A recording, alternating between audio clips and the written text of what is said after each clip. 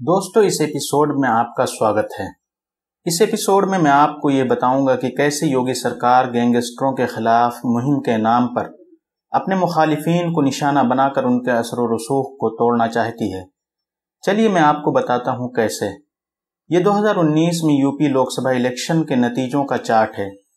इसमें पूरे यूपी में बीजेपी का परचम लहरा रहा है, लेकिन दो जगहें ऐसी हैं जहां कई सीटें बसपा और सपा के खाते में गई हैं।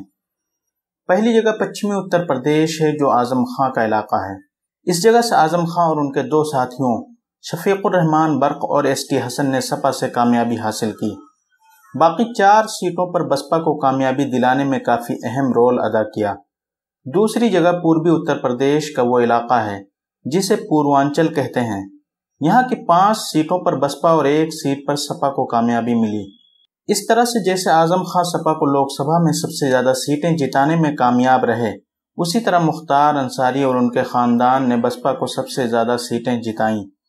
योगी जी और मोदी जी ने इन लोगों को हराने के लिए जी तोड़ कोशिशें की थीं, लेकिन वो कामयाब ना हो सके।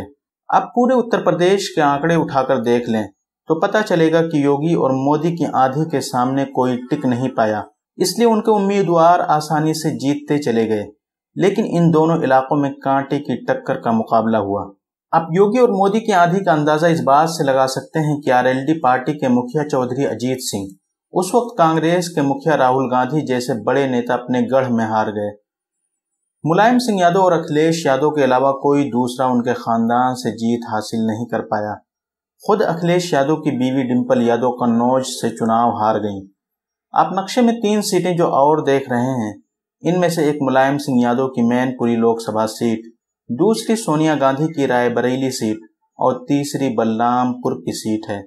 बलरामपुर सीट, जिसे अब श्रावस्ती के नाम से जाना जाता है, बीजेपी के लिए बहुत अहमियत रखती है, क्योंकि बीजेपी के कद्दावर नेता भारत रत्न पूर्व प्रधानमंत्री अटल बिहारी वाजपेयी ने अपनी सियासी पारी की शुरुआत इसी सीट से की थी और उन्होंने यहां से कई बार जीत दर्ज की। इसी तरह बीजेपी के कद्दावर नेता और भारत रत्न नानाजी देशमुख भी इस सीट से चुनकर संसद में पहुंचे थे। इस सीट की अहमियत का अंदाजा इस बात से भी लगाया जा सकता है कि आज़ादी से लेकर अभी तक सिर्फ 48 लोगों को भारत रत्न मिला है। उनमें से 3 गैर मुल्की हैं। बाकी 45 में से 2 भारत रत्न यहाँ से चुनाव जीत कर संसद में पहुंचे हैं। इतनी जबरदस्त आंधी में अगर कोई बीजेपी के सामने दीवार बनकर खड़ा हुआ तो वो आजम खां और मुख्तार अंसारी हैं। जब मोदी जी और योगी जी इन लोगों को चुनाव में नहीं हरा पाए तो उनके खिलाफ सरकारी मशीनरी को अपनी प्राइवेट कंपनी की तरह इस्तेमाल कर रहे हैं।